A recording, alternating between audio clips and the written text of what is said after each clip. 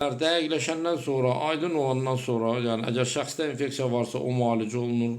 İkinci mərhələ nədir? İkinci mərhələ biz öyrənirik. Bu şəxsdə prostatit, vezikulit, yəni vezikulit toxum kisəciklərinin iltihabıdır. Bunlar varmı? Əgər bunlar da varsa, bunlar da müalicəyə götürülür. Yəni bu istiqamətdə kişi cinsi zəifliyinin səbəblərinin çözülməsi, araşdırılması və onun aradan qaldırılması bu istiqamətdə aparılır. Yəni birinci infeksiya aradan götürülür. İkincisi o şəxsdə, yəni bu infeksiya ilə bir yerdə gedir də, prostatit, vezikulit, nə bilim, sidik kisəsinin iltihabı, böyrəyin iltihabı, bunlar hamısı, ümumiyyətlə sidik cinsiyyət sistemi, bütün orqanizm bir-birinə bağlı olduğu kimi, sidik cinsiyyət sisteminin orqanlarda hamısı bir-birinə çox sıx bağlıdır.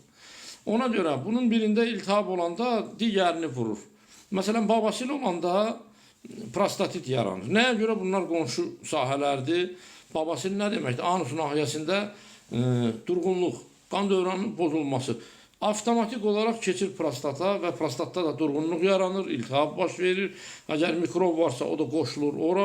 Üstəlik, şəxsin pis vərdişləri varsa, spirtli içki içirsə, çox oturursa, düzgün olmayan cinsi əlaqə məsələlərini düzgün qurmursa, bütün bunlar hamısı birləşir və xroniki prostatit yaradır. Hansı ki, öz-özlüyündə də cinsi zəifliyə gətirib çıxarır. Bu məsələlər araşdırılandan sonra, aradan qaldırılandan sonra, əgər cinsi zəiflik keçib gedirsə, biz həmən xəstə ilə xudahafizləşirik, məsələ bağlanır. Yox, əgər xəstə deyir ki, yox, məndə bu cinsi zəiflik əlamətləri keçməyib, yenə narahatçılığım var, yəni tam bərpa yoxdur, onda biz keçirik növbəti mərhələyə. Növbəti mərhələ gəlir qanda hormonların araşdırılması. Qanda hormonlar araşdırılır. Əsas hormonlar hansılardır? Sərbəst testosteron, prolaktin, LH, FSH, yəni bunlar beyində ifraz olunan hormonlardır. Onlar kişiliyi idarə edir.